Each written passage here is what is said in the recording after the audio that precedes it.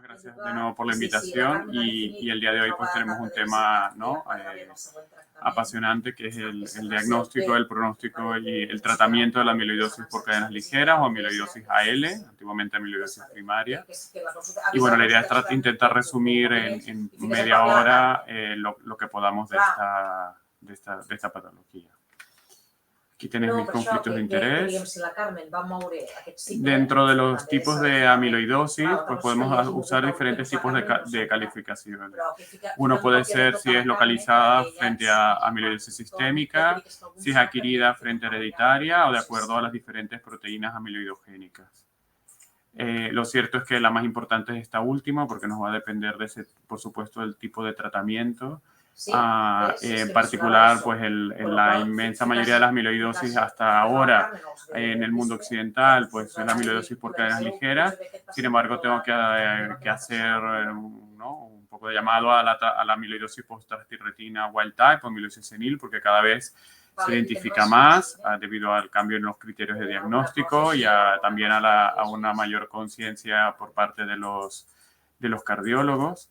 La amiloidosis secundaria, amiloidosis AA, por el contrario, es menos frecuente, aunque de todas formas nosotros vamos teniendo algunos casos y bueno, se mantiene estable básicamente las formas familiares.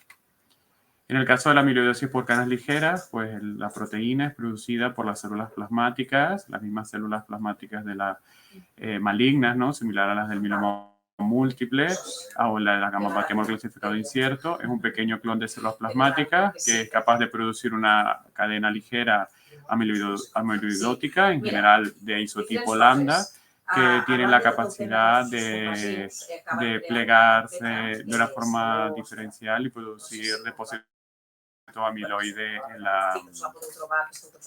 Entonces las manifestaciones clínicas pues varían de fatiga, anorexia con pérdida de peso y diferentes grados de afección orgánica. Los dos órganos fundamentalmente involucrados son el riñón y el corazón y en menor grado pues puede ser el hígado o la neuropatía. La afección de tejidos blandos, aunque es muy característica y siempre la buscamos, en general es muy poco frecuente y por tanto si esperamos una macroglosia o una púrpura periorbitaria es muy específico de amiloidosis AL, pero perderíamos la mayoría de los pacientes.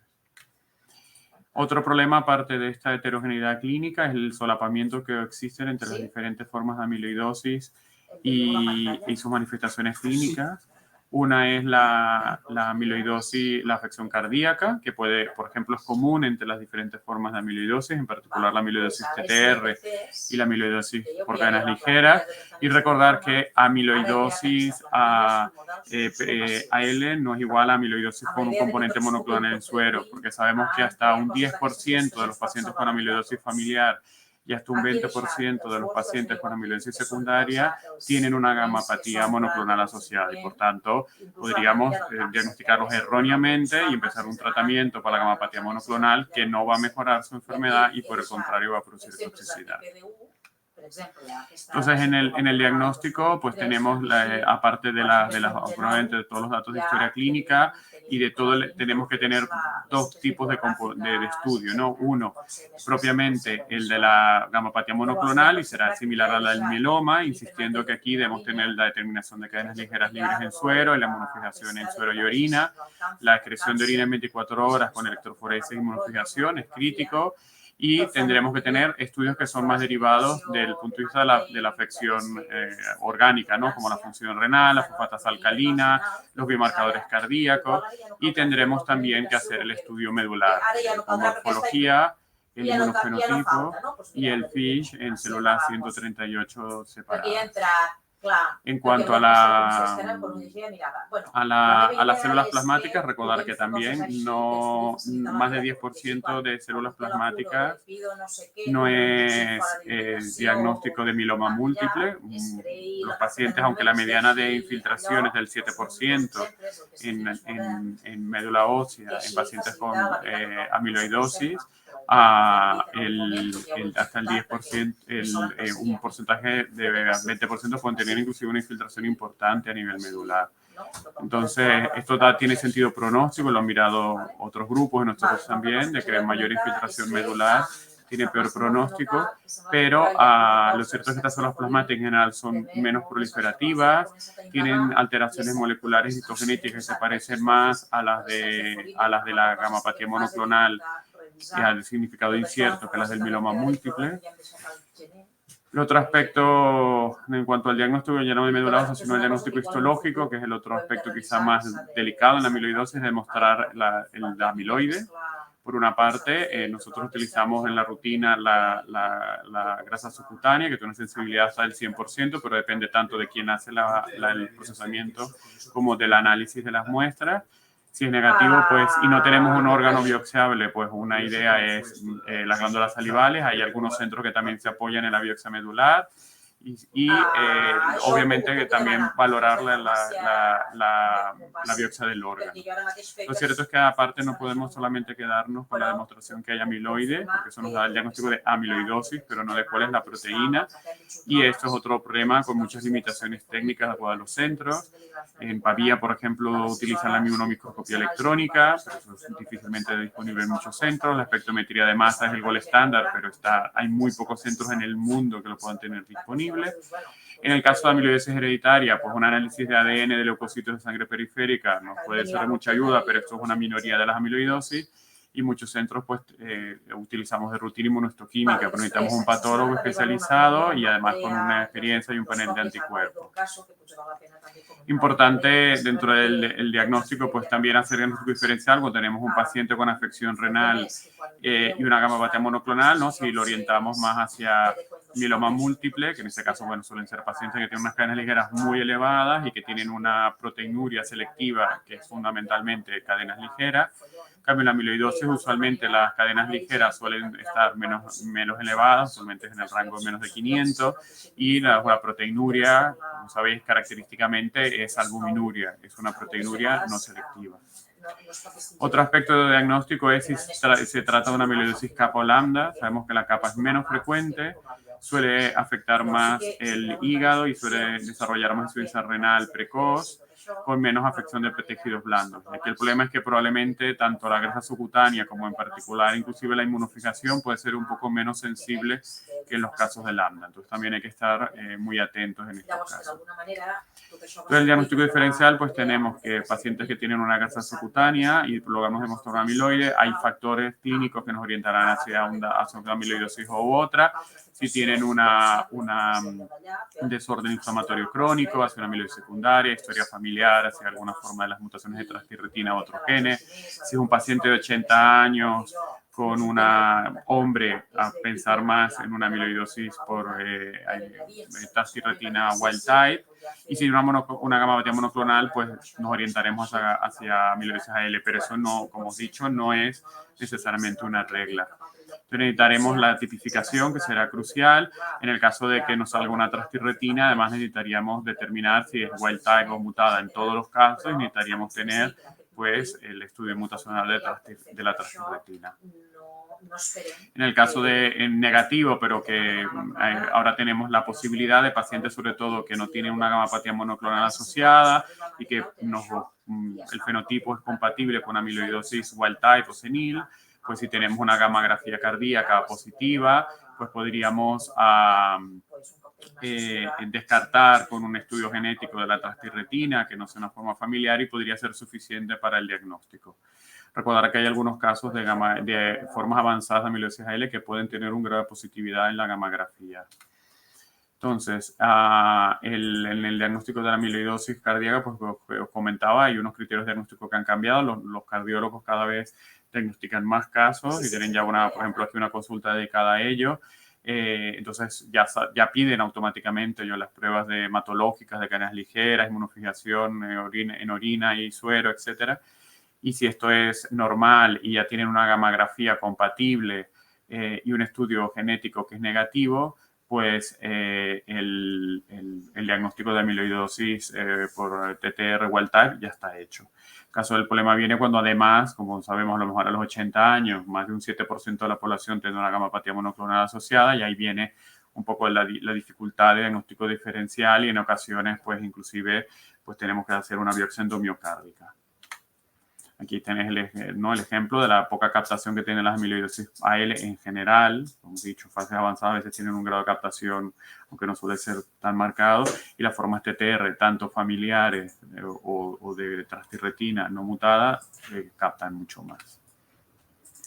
El pronóstico de la amiloidosis AL está mejorando.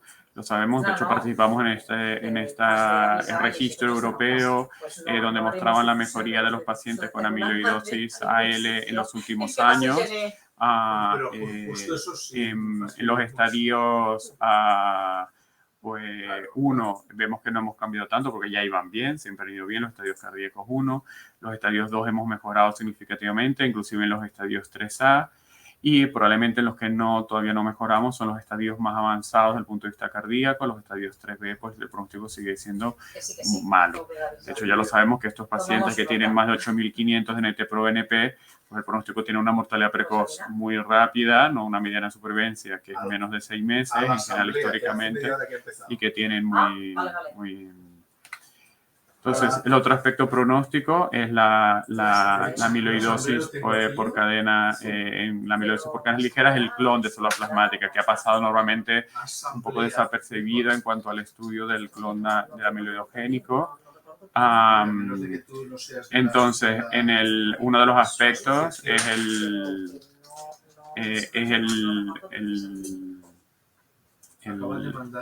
el FISH en cuanto a entonces uno de los aspectos es la translocación 11-14, que la tiene más o menos la mitad de los pacientes, y estos pacientes parece que se beneficiarían menos del tratamiento con bortezomib y sí con melphalan o con trasplante autólogo.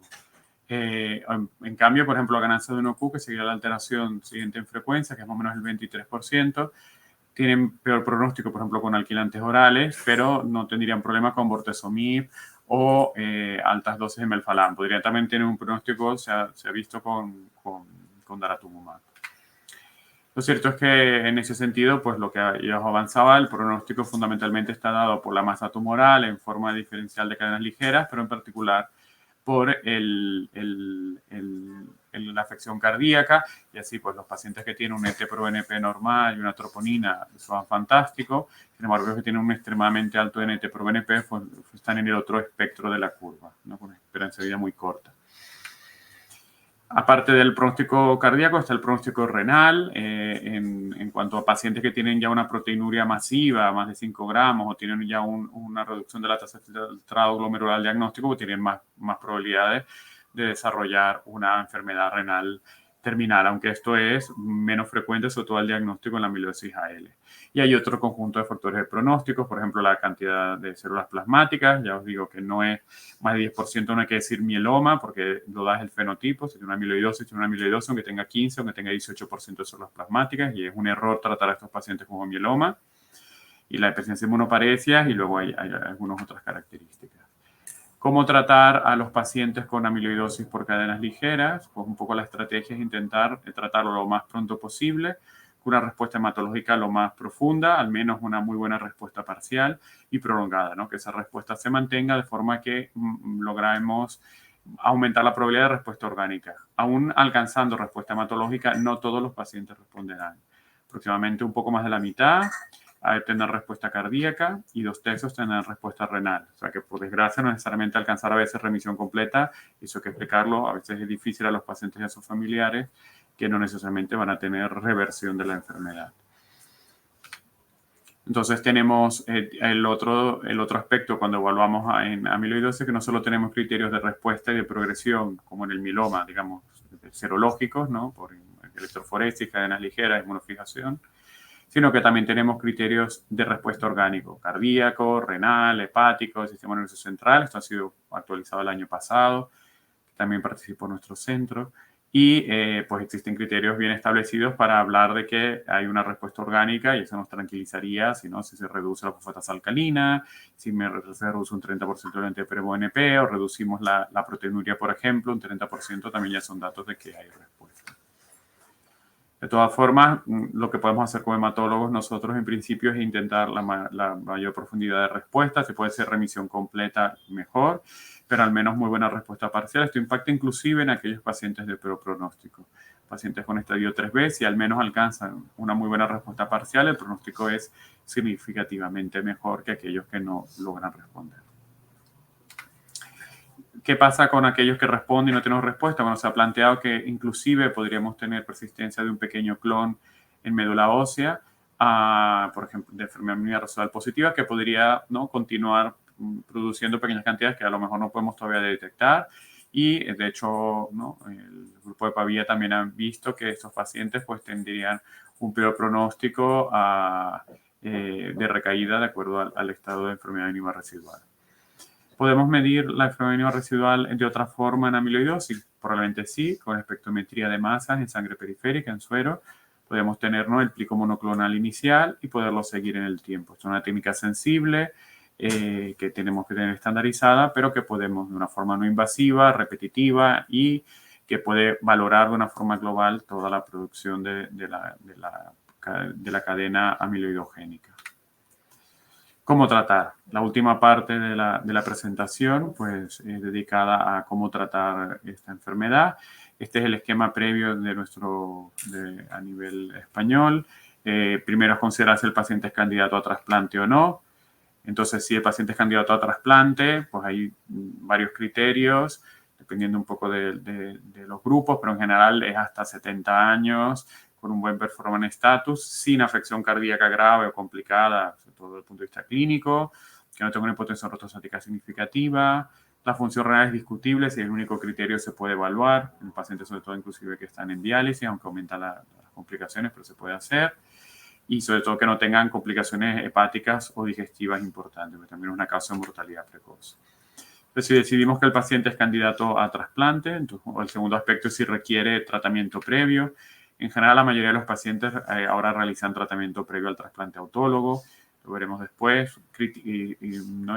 Al menos seguro que aquellos que tengan una infiltración de más de 10% de células plasmáticas, un diferencial de cadenas ligeras mayor de 100, y todos aquellos que requieran un tratamiento inmediato. Y eso incluye aquellos que tengamos una lista de espera de trasplante de más de 3 meses, que seguramente la situación en la mayoría de los centros, y por eso en general la mayoría de las amiloidosis reciben algún tratamiento previo al trasplante autólogo.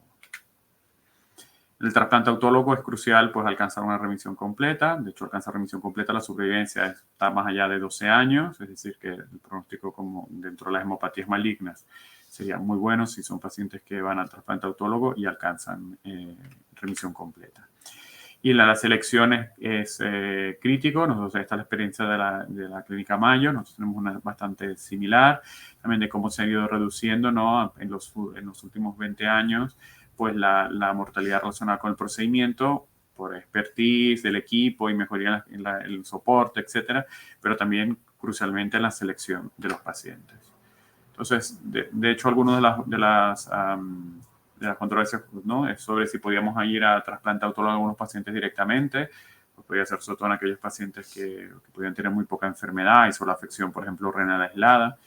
Y algunos consideran que pacientes que ya están en remisión completa, luego el tratamiento de inducción, pues podrían no hacer el trasplante. Hay muchos grupos europeos que están haciendo esto y solamente pues valorar el trasplante autólogo pues al momento de la progresión. Otro aspecto importante es que reducir el melphalan solamente en aquellos pacientes por aclaramiento de creatinina, no por condición general, porque si el paciente no está, los resultados clínicos son significativamente peores. Si creemos que no es candidato a trasplante, pero por edad y otras comorbilidades, pero bueno, tiene una afección cardíaca un poco limítrofe, etcétera, que creemos que puede mejorar, podemos intentar hacer un tratamiento de inducción y si mejora, reevaluar la posibilidad de ser candidato. Si sigue sin ser candidato, que es la inmensa mayoría de los pacientes, completaríamos el tratamiento estándar como los que no son candidatos. Si por edad o por afección orgánica definitivamente el paciente no va a ser candidato a trasplante autólogo, entonces los diríamos un poco si pacientes son fit o unfit, ¿no? En general, un poco cambió, ¿no? Hace ya un poco más de 10 años el tratamiento de la amiloidosis AL con la incorporación del CyBorD en el tratamiento basado en una pequeña serie de pacientes que mostraban unas respuestas muy impresionantes hematológicas y respuestas orgánicas, cosa que no se confirmó a los años con otros grupos, en particular europeos, que mostraban que las tasas de respuesta eran más discretas, eran de no más o menos 2/3 partes, y las tasas de remisiones completas de la cuarta parte. Y en particular el pronóstico de los pacientes en fases muy avanzadas seguía siendo muy ominoso. De hecho, aquí lo podéis ver en cuanto a los estadios 1, realmente es un esquema fantástico. Para estadios 2, 2A, 3, 2, 3A, pues un poco peor, y para los 3B, pues realmente no cambia tanto la historia. Otro esquema que también estudiamos y también participamos fue en la combinación de bortezomib al melphalan-dexametasona, que mostraba beneficios frente a la combinación de melphalan-dexametasona. Es un esquema que usamos en algún caso también en paciente mayor, que es muy bien tolerado, bortezomib subcutáneo y melphalan-dexametasona oral, y que en pacientes con afección, por ejemplo, no grave, que no requiera una retirada, una disminución rápida, está muy bien. Y luego pues serían unas nuevas aproximaciones al tratamiento de la amiloidosis AL.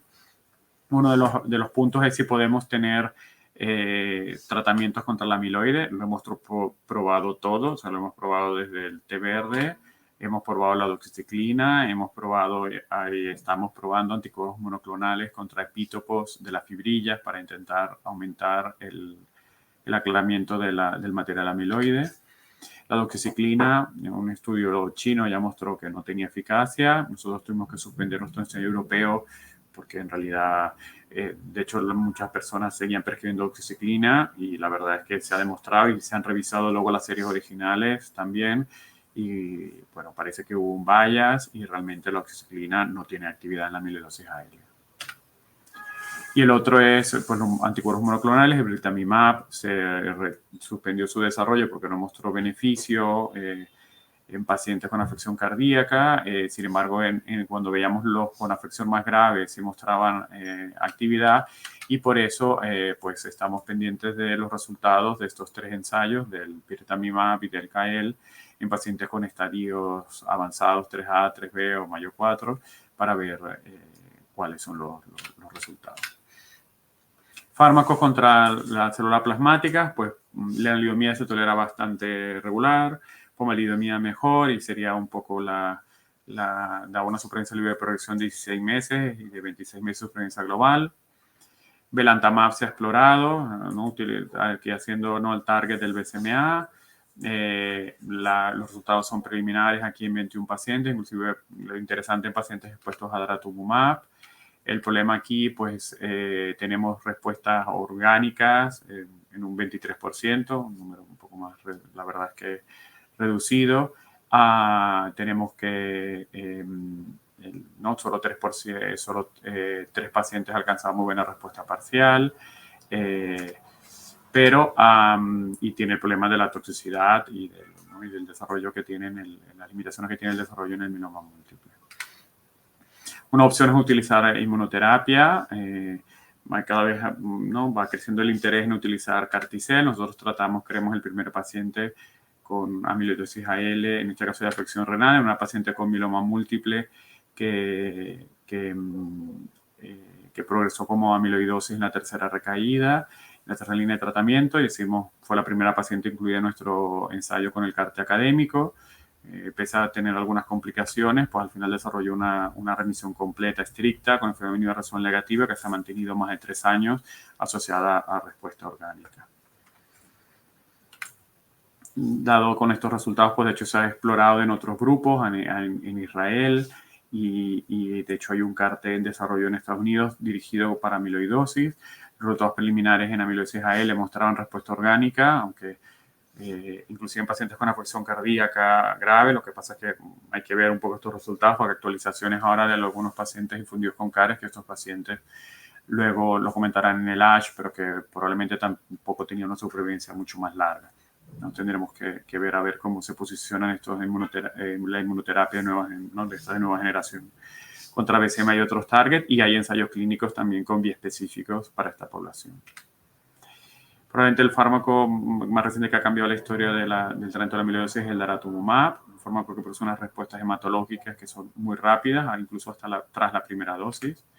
son respuestas profundas, hay pacientes mucho más que en mieloma múltiple, ¿no? Hasta más de un 40% alcanza remisión completa a pesar de estar en enfermedad refractaria y con una tolerabilidad excelente.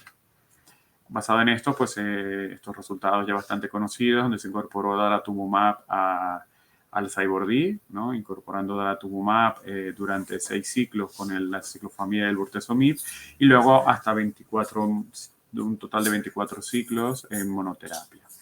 Entonces también es importante tomar en consideración que el tratamiento de la amiloidosis, el control del tratamiento en el mieloma múltiple, pues puede ser de tiempo limitado. Aquí fueron casi 400 pacientes, eran en este estadio 3, no había pacientes con estadio 3B.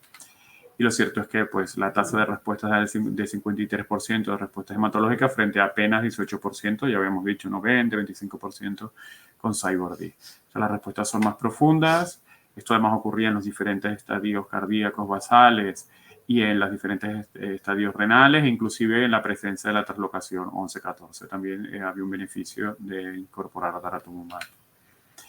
Aquí vemos las tasas de respuesta, no solo las tasas de respuesta completas, sino que globalmente respondían más pacientes y con respuestas más profundas. Y además esto se asociaba a una supervivencia libre de progresión más prolongada, modificada, ¿no? Incluyendo daño orgánico, y este es un esquema aprobado por la Agencia Europea del Medicamento para el tratamiento de amiloidosis por cadena ligera. Entonces se reducían respuestas orgánicas, que eran prácticamente el doble de respuestas renales y de respuestas cardíacas cuando incorporábamos daratumumab. Entonces, basado en estos resultados, pues también se ha investigado si el daratumumab en monoterapia en pacientes con estadio 3B puede ser hay estos resultados preliminares, pero tenemos resultados también con diferentes aproximaciones. Si conviene empezar daratumumab Cybordi inicialmente o solo daratumumab y luego agregar el bortezomib, ¿no? Por la toxicidad potencial que pudiese tener. Aquí los resultados, lo que vemos es que un poco más de la mitad alcanzan al menos muy buena respuesta parcial y de forma interesante, pues la supervivencia a los 12 meses es de 50%. Es decir, que estamos mejorando los resultados históricos. Probablemente pues tenemos todavía trabajo que hacer, pero algo ya estamos haciendo mejor si incorporamos daratumumab en la primera línea de los pacientes con afección cardíaca grave. Cuanto al esquema, pues lo podemos modificar porque en realidad, bueno, con las guías actuales, pues pasaríamos de tener, donde teníamos Cybordi, pues tendríamos Cybordi fundamentalmente como tratamiento de inducción. Y aquí vemos solo un 20% probablemente de los pacientes al final van a ser elegibles para trasplante autólogo. Algunos centros, inclusive si los pacientes ya alcanzan remisión completa y respuesta orgánica, posponen el trasplante. Y para la mayoría de los pacientes, pues nos quedaría el Cybordi, bortezomib, dexametasona, e inclusive, pues importante en los estadio 3B, pues estos regímenes modificados por un soporte desde el punto de vista cardiológico y nefrológico y considerar inclusive el trasplante cardíaco en pacientes seleccionados. El tratamiento de la recaída es más complejo y sobre todo ahora que estamos utilizando inhibidores de proteasoma y daratumumab en primera línea. Probablemente la prevalencia de la translocación 11-14 también es interesante en el desarrollo hasta ahora clínico en series de casos y en ensayos clínicos que están en marcha con venetoclax. Y bueno, es importante pues destacar que es crucial desarrollar una unidad multidisciplinar para el manejo de la amiloidosis en general. Tenemos una unidad que nos reunimos cada martes, hematólogos, cardiólogos, nefrólogos, patólogos, inmunólogos, bioquímicos, para intentar, ¿no? Todos los casos difíciles de tratamiento, diagnósticos diferenciales con otras entidades renales o cardíacas, etcétera, y además así también es una forma de neurólogos que también se han incorporado para intentar no solamente mejorar el diagnóstico, sino el tratamiento, porque en el tratamiento de los pacientes, por ejemplo, con enfermedad renal, pues se pueden optimizar el tratamiento de los pacientes a través de optimizar, por ejemplo, la proteinuria, la presión arterial y diferentes medidas que, por ejemplo, de disminución de fármacos contra la proteinuria que podrían ser de mucho interés. Entonces, por supuesto, todo esto necesita pues también visitas por otros especialistas aparte del diagnóstico y del tratamiento. Entonces, como conclusiones, dentro de los mensajes, sería que tengáis en cuenta que lo más importante es el diagnóstico precoz y para eso es importante que otras especialidades tengan la amiloidosis presente. porque la mayoría no van a ser diagnosticadas a partir de los hematólogos, e iniciar lo más pronto posible el tratamiento más efectivo del que dispongamos, intentando lograr una respuesta hematológica profunda y precoz. Una minoría se beneficiarán de un trasplante autólogo de progenitores hematopoyéticos, ya que saberlos identificar, y pensar que probablemente los fármacos hasta ahora con mayor impacto es el daratumumab. En cuanto a la reducción del depósito de amiloide, pues probablemente todavía es una necesidad no cubierta y que esperamos, ojalá, tener resultados en los próximos años. Y con esto, pues, una foto de todos los adjuntos de nuestro servicio y también del personal multidisciplinar de la unidad de amiloidosis y mieloma. Muchísimas gracias de nuevo por la invitación y vuestra atención.